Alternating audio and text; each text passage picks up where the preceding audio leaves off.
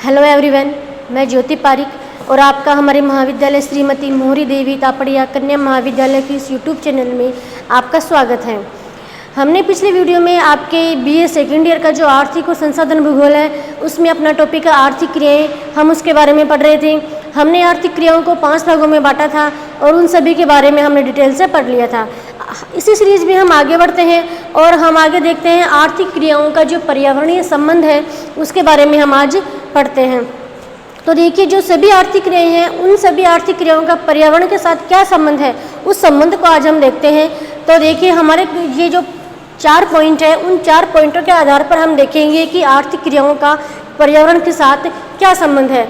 तो हमारा पहला पॉइंट है अवस्थितिकी। तो देखिए, अवस्थितिकी में हम देखते हैं भौगोलिक स्थिति, जैसे अक्षांशीय और देशांतर स्थितियाँ, स्थलीय या फिर तटीय स्थिति। तो देखिए, भौगोलिक स्थिति में हम देखें तो अक्षांशीय और देशांतर स्थिति के आधार पर जो देश उन अक्षांशों पर स्थित हैं, जो मध्य अक्षांशों पर स्थित है उनके लिए आर्थिक क्रियाएं अधिक है, और जो निम्न अक्षांशों पर देश स्थित है उनके लिए आर्थिक क्रियाएं कम है। हम देखते हैं, जैसे मान लीजिए 90 डिग्री अक्षांश रेखाओं जैसे उत्तरी ध्रुव है, वहाँ पे जो देश स्थित है उनके लिए आर्थिक क्रियाओं का अभाव है। और जो मध्य अक्षांश में जैसे 66 डिग्री है, 22.5-23 डिग्री, इन अक्षांशों पर जो भी देश स्थित हैं उनके लिए आर्थिक क्रियाएं बहुत अधिक हैं। तो इस प्रकार से आर्थिक क्रियाओं पर अक्षांश या फिर देशांतर स्थिति का भी प्रभाव पड़ता है। फिर हम देखते हैं स्थलीय और तटीय स्थिति। तो देखिए, तटीय स्थिति में हम देखें कि जैसे मान लीजिए कोई देश है, उस देश की स्थिति तटीय स्थिति है। जैसे मान लीजिए अब भारत के संदर्भ में हम देखें तो देखिए, ये हमारा भारत का जो दक्षिणी क्षेत्र भाग है, ये इधर आपका पश्चिमी तट है, इधर आपका पूर्वी तट है। तो देखिए, इन क्षेत्रों में जो भी राज्य हैं या फिर जो भी लोग निवास करते हैं उनका आर्थिक क्रियाएं क्या होगी, या तो इनकी आर्थिक क्रियाएं होगी मत्स्य पालन, मत्स्य उद्योग। क्यों? क्योंकि यहाँ पर उनको पर्याप्त मात्रा में जल की उपलब्धि हो रही है, तो जल में ही मछली उत्पादन किया जाता है। इस प्रकार से उनकी जो प्रमुख आर्थिक क्रिया है वो होगी या तो मत्स्य उत्पादन करेंगे, या फिर वो बड़े बड़े उद्योग भी यहाँ पर स्थापित कर सकते हैं, क्योंकि उद्योगों की स्थापना के लिए बड़ी मात्रा में जल की आवश्यकता होती है। और जल उनको मिल रहा है पड़ोस के जो पास में जो भी जलाशय या फिर सागर हैं, उन सागरों से उनको जल की आपूर्ति हो रही है। या फिर उसका जो अन्य इनकी आर्थिक क्रियाएं हैं वो हो सकती है व्यापार। क्यों? व्यापार कैसे हो सकता है? जैसे मान लीजिए उनकी स्थिति है वो तटीय स्थिति है, और इस तटीय स्थिति के कारण ये अपना जो माल है, कच्चा माल है, विदेशों से आसानी से जलमार्ग के द्वारा मंगवा सकते हैं। जलीय मार्ग के द्वारा ये अपना जो उद्योग स्थापित करने के लिए कच्चा माल विदेशों से मंगवा सकते हैं, और तैयार माल है जो विदेशों में आसानी से भेज सकते हैं, पर जल परिवहन के द्वारा भेज सकते हैं। तो इस प्रकार से इनका जो एक आर्थिक क्रिया है वो व्यापार भी हो सकता है। इस प्रकार से जो तटीय स्थिति होने के कारण इन लोगों को यहाँ पे अनेक आर्थिक क्रियाएं आसानी से उपलब्ध हो जाती है। इस प्रकार से तटीय स्थिति का भी आर्थिक क्रियाओं पर बहुत अधिक प्रभाव पड़ता है। आगे हम देखते हैं भौतिक कारक। भौतिक कारक में हमारा पहला है धरातलीय स्वरूप। धरातलीय स्वरूप में हम देखते हैं कि जैसे मान लीजिए कोई जो धरातल है, किसी क्षेत्र का धरातल वो फिर बिल्कुल उबड़ खाबड़ है, वहाँ पे मानव के निवास के लिए या फिर मानव की जो आर्थिक क्रियाएं हैं वो करने के लिए बहुत मतलब वो वहाँ का जो क्षेत्र है वो उपयुक्त नहीं है। ठीक है, जैसे हम देखते हैं वो हमारा भारत का जो पूर्वोत्तर राज्य है, पूर्वोत्तर राज्य में जैसे अरुणाचल है, असम है, नागालैंड है, मेघालय है, ये पहाड़ी क्षेत्र है, वहाँ पे मानव की आर्थिक क्रियाओं के लिए कोई संभावना नहीं है। ठीक है, और उसी साइड हम देखते हैं कि आपका जो मध्य का जो उत्तरी मैदान है, उत्तरी मैदान जो गंगा की नदी, गंगा या फिर हिमालय की जो भी नदी है उन नदियों के द्वारा बनाया गया एक उपजाऊ मैदान है। वहाँ पर मानव के लिए अनेक प्रकार की आर्थिक क्रियाएं वहाँ पे की जा सकती है। तो इस प्रकार से आर्थिक क्रियाओं का धरातल के ऊपर भी सीधा प्रभाव पड़ रहा है। ठीक है, फिर हम देखते हैं जलवायु। तो देखिए, जलवायु में हम देखें तो हम देखते हैं कि एक तो जलवायु जहाँ का एक स्थान जहाँ की जलवायु बहुत गर्म और नम जलवायु सम जलवायु है, तो वहाँ पे इतनी गर्म जलवायु में उसके लिए कोई भी आर्थिक क्रिया मानव के लिए नहीं की जा सकती है। जैसे हमारा थार का मरुस्थल है, वहाँ की जलवायु बहुत गर्म है, तो इसलिए वहाँ की जो आर्थिक क्रियाएं हैं वहाँ लोगों को आर्थिक क्रियाएं बहुत ही कम ही देखने को मिलती है। एक तरफ हम देखें जो आपका जो भारत का तटीय प्रदेश है, वहाँ की जलवायु नम और सम जलवायु है, तो वहाँ का जो वातावरण है वो इस प्रकार का है कि वहाँ पे मनुष्य के लिए अनेक प्रकार की आर्थिक क्रियाएँ की जा सकती है। जैसे उद्योग वहाँ पे लगाए जाते हैं, जैसे सूती वस्त्र उद्योग है। हम सूती वस्त्र उद्योग की बात करें तो वहाँ पे आसानी से लगाया जा सकता है, क्योंकि वहाँ की जो जलवायु है वो नम और सम जलवायु है। उस प्रकार के सम जलवायु में जो ये धागा है कपास का वो बिल्कुल टूटता नहीं है। तो इस प्रकार से उद्योग के लिए भी ये है कि अच्छी जलवायु है। तो इस प्रकार से हम देखते हैं कि जलवायु का भी मानव की आर्थिक क्रियाओं पर सीधा प्रभाव पड़ता है। ठीक है, आगे हम देखते हैं मृदा। तो देखिए मृदा का भी मनुष्य की आर्थिक क्रियाओं पर बहुत गहरा संबंध है मृदा से। हम देखें कि एक क्षेत्र जहाँ की जो मृदा है बहुत उपजाऊ है। ठीक है, जैसे जलोढ़ मृदा है। जैसे हम देखते हैं कि हमारा जो उत्तर का मैदान है वहाँ की मृदा बहुत ही उपजाऊ है, नदियों के द्वारा बहाकर लाई गई जलोढ़ मृदा के द्वारा इस मैदान का निर्माण हुआ है। तो इस प्रकार की जो उपजाऊ मैदान है वहाँ पे कृषि कार्य आसानी से किया जा सकता है। और एक क्षेत्र हम देखते हैं वहाँ की मृदा बिल्कुल पथरीली है, बिल्कुल अनुपजाऊ है, रेतीली मृदा है। उस क्षेत्र में मनुष्य के लिए आर्थिक क्रियाओं का बिल्कुल अभाव पाया जाता है। इस प्रकार से मृदा का भी मनुष्य की आर्थिक क्रियाओं पर बहुत अधिक प्रभाव पड़ता है। ठीक है, फिर आगे हम देखते हैं खनिज पदार्थ। देखिए ऐसे क्षेत्र जहाँ पे बड़ी मात्रा में खनिज पदार्थ उपलब्ध हैं वहाँ मनुष्य के द्वारा अनेक आर्थिक क्रियाएँ की जाती है। जैसे खनन कार्य किया गया है। ठीक है, खनन कार्य में मनुष्य आर्थिक क्रियाओं में लगा हुआ है।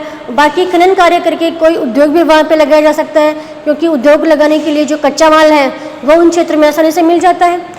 इस प्रकार से ऐसे क्षेत्र जहाँ पे खनिज पदार्थों की प्रधानता होती है उन क्षेत्रों में मनुष्य के लिए आर्थिक क्रियाएँ आसानी से मिल जाती है। तो इस प्रकार से खनिजों का भी आर्थिक क्रियाओं से सीधा संबंध हो गया। ठीक है, आगे हम देखते हैं जलाशय। तो जलाशय के देखिए एक ऐसा क्षेत्र है जहाँ पर जलाशय की बहुत अधिक संभावना है। जैसे नदियाँ हैं, ठीक है, झीलें हैं, तालाब हैं, सभी मतलब पानी है जो आसानी से उस क्षेत्र में मिल रहा है। तो वहाँ पे अनेक उद्योग धंधे स्थापित किए जा सकते हैं। अनेक जो कृषि कार्य भी वहाँ किया जाता है। जैसे हम देखते हैं तो भारत में नदियाँ हैं, जैसे उत्तर का मैदान है वहाँ पे अनेक नदियाँ बहती है, तो वहाँ पे आसानी से कृषि की जा सकती है। इस प्रकार से हम तटीय क्षेत्रों में देखते हैं तो उनको आसानी से पास के जो अरब सागर बंगाल की खाड़ी है वहाँ से आसानी से जल उपलब्ध हो जाता है। तो वहाँ पे अनेक उद्योग धंधे लगाए जाते हैं, व्यापार किया जाता है, मत्स्य उत्पादन किया जाता है। इस प्रकार से अनेक आर्थिक क्रियाएँ वहाँ की जा सकती है। इस प्रकार से जलाशय का भी मनुष्य की जो आर्थिक क्रियाएँ हैं उन आर्थिक क्रियाओं का सीधा संबंध है। ठीक है, फिर आगे हम देखते हैं अपना जैविक कारक। तो जैविक कारकों में देखिए अपना पहला है प्राकृतिक वनस्पति। प्राकृतिक वनस्पति में 4 वनस्पतियों को हम देखते हैं। पहला है वन, दूसरा है घास स्थल, तीसरा अर्ध मरुस्थल और चौथा है मरुस्थल। तो देखिए इसका कैसे संबंध है। देखिए वनों में क्या किया जाता है। वनों में जो शीतोष्णकटिबंधीय जो वन है उन वनों में कठोर जो मजबूत जो फर्नीचर के लिए जो उपयुक्त जो फर्नीचर के लिए जो लकड़ी है वो लकड़ी वनों से शीतोष्णकटिबंधीय वनों से प्राप्त हो जाती है। तो वहाँ पे लकड़ियाँ काटना प्रमुख व्यवसाय हो गया। ठीक है, इसके अलावा कुछ मुलायम लकड़ी भी उस क्षेत्र में मिल जाती है। तो कागज़ बनाने का जो कागज़ की जो लुगदी बनाई जाती है उसके लिए आसानी से कच्चा जो लुगदी है वो उस क्षेत्र से प्राप्त हो जाती है। इस प्रकार से ये क्रिया उस क्षेत्र में की जा सकती है। फिर हम देखते हैं घास स्थल। तो विश्व के जो बड़े बड़े घास स्थल हैं जैसे प्रेरीज है, स्टेपीज है, वेल्ड है, पंपास है, इन सभी घास स्थलों में क्या किया जाता है कि इन सभी घास स्थलों में बहुत बड़ी क्षेत्र में कृषि कार्य किया जाता है। जैसे हम देखते हैं कि उत्तरी अमेरिका का जो आपका प्रेरी घास का मैदान है वहाँ पे गेहूं का उत्पादन किया जाता है। ठीक है, स्टेपीज वनों में भी फसलें उत्पादित की जाती है। तो इस प्रकार से घास के वनों में भी कृषि कार्य किया जाता है, मतलब वहाँ पे भी आर्थिक क्रियाएँ की जा सकती है। ठीक है, फिर हम देखते हैं अर्ध मरुस्थल। तो एक तरफ वहाँ पे तो आर्थिक क्रियाएँ की जा रही थी तो मानव का निवास भी वहाँ पे अधिक था। और मरुस्थल और अर्ध मरुस्थल इनमें क्या होता है कि ये जो इनमें जो वातावरण जो मानव की क्रियाओं के लिए सही नहीं है, मतलब वहाँ ना तो पानी की पर्याप्त मात्रा में पानी मिलता है, ना ही उस क्षेत्र में तापमान सही रहता है, ना ही कोई वनस्पति मिल पाती है। तो इस प्रकार से इन क्षेत्रों में मरुस्थलीय या फिर अर्ध मरुस्थलीय क्षेत्रों में आर्थिक क्रियाएँ नहीं की जा सकती है। इस प्रकार से इनका भी आर्थिक क्रियाओं से सीधा संबंध है। ठीक है, फिर आगे हम देखते हैं जीव जंतुओं से संबंध। तो देखिए हम जीव जंतुओं से संबंध कैसे देखते हैं। जैसे मान लीजिए जीव जंतुओं की जो शिकार करता है मानव, जीव जंतुओं का जंगल में शिकार करता है, शिकार करके उनसे जो हड्डियाँ प्राप्त करता है उन हड्डियों या फिर मांसों को वो अपने भोजन में उपयोग करता है। फिर हम देखते हैं तो मछली का उत्पादन किया जाता है। ठीक है, फिर आगे हम देखते हैं तो इस प्रकार जो पशुपालन किया जाता है, तो पशुपालन से भी आर्थिक क्रियाएं हमें की जा सकती है। जैसे पशुपालन करके गाय और भैंसों को घर में भी पाला जाता है, उनसे दूध का उत्पादन किया जाता है। इस प्रकार से उससे भी हमें आर्थिक लाभ होता है। तो ये भी आर्थिक क्रियाएं, जीव जंतुओं से भी अनेक प्रकार की आर्थिक क्रियाएं की जाती है। इस प्रकार से आर्थिक क्रियाओं का जीव जंतुओं से भी सीधा संबंध है। ठीक है, फिर आगे हम देखते हैं अपना जो आर्थिक कारक है। आर्थिक कारक में देखिए कौन कौन से कारक हैं।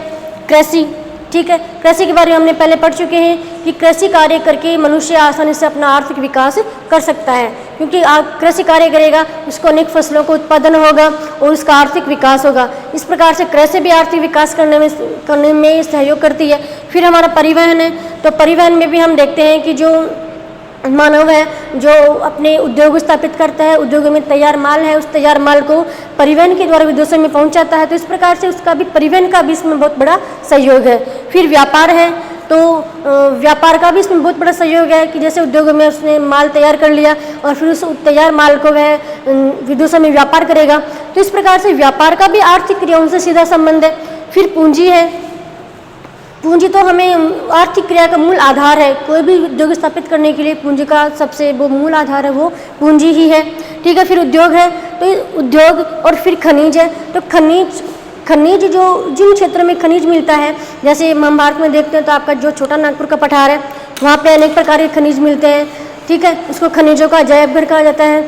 ठीक है, इस प्रकार से ऐसे क्षेत्र जहाँ पे खनिज भी आसानी से मिल जाते हैं, उन क्षेत्रों में आर्थिक क्रियाएं मानव के लिए बहुत अधिक मात्रा में पर्याप्त होती है। इस प्रकार से ऐसे क्षेत्र जहाँ पे मानव के लिए आर्थिक क्रियाएं आसानी से की जा सकती है, उन क्षेत्रों में भी मानव का जो जनसंख्या का निवास है वो भी हमें अधिक देखने को मिलता है।